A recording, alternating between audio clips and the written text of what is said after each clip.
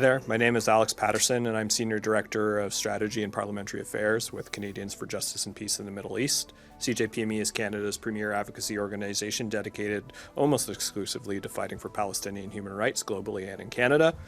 CJPME is here to support Palestinian Canadians with family members stuck in Gaza and Egypt, trying to flee Israel's genocidal takeover of Gaza.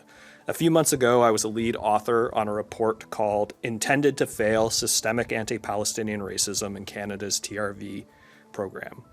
In the report, we analyzed the difference between the Ukrainian TRV and the Gaza TRV programs, as well as the broader policy and political context that led to the utter failure of Canada's family reunification efforts for Gazans.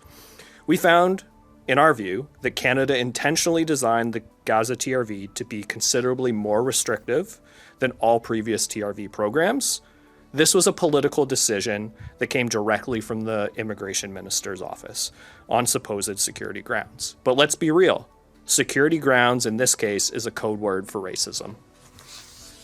Canada has a track record of treating Palestinians as inadmissible to Canada if they support social movements fighting for self-determination. When I say fighting, that includes both nonviolent and armed struggle.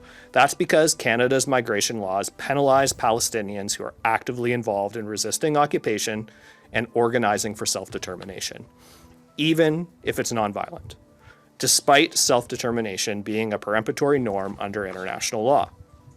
In our report, I analyzed the case law and the policy context and found a clear pattern of Canada excluding Palestinian human rights defenders and their families from coming to Canada. Lastly, it appeared to me that Foreign Affairs Minister Melanie Joly hadn't lifted a finger to push Israel to open its borders to allow Palestinians to leave Gaza.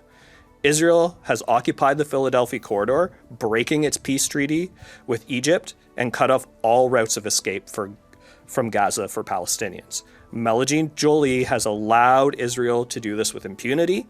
Reuniting Palestinian families at this moment requires Canada to impose sanctions on Israel in retaliation for not letting TRV holders exit Gaza. If this government was serious about saving Palestinians, Israel would face serious consequences for preventing their exit from Gaza. Instead, Trudeau and Joly continue to arm Israel's obliteration of Gaza through its weapons exports, especially of F-35 fighter jets.